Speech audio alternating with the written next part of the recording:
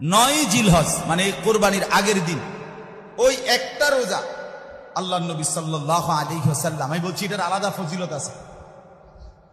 প্রত্যেকটা রোজা এমনি 9টা রোজার হিসাব হলো 1 বছরের কি নেকি, রোজার সওয়াব।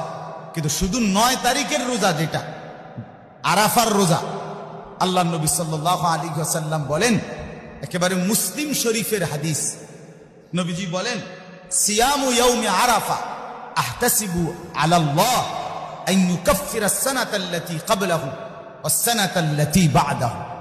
নবীজি বলেন 9 জিলহজের রোজা, আরাফার রোজা, আমি রাসূল আমার আল্লাহর কাছে আশাবাদী এই এক রোজার বরকতে আল্লাহ তাআলা আমার উম্মতের পিছনের 1 বছরের গুনাহ মাফ করে দিবেন এবং সামনের 1 বছরের গুনাহ মাফ করে দিবেন।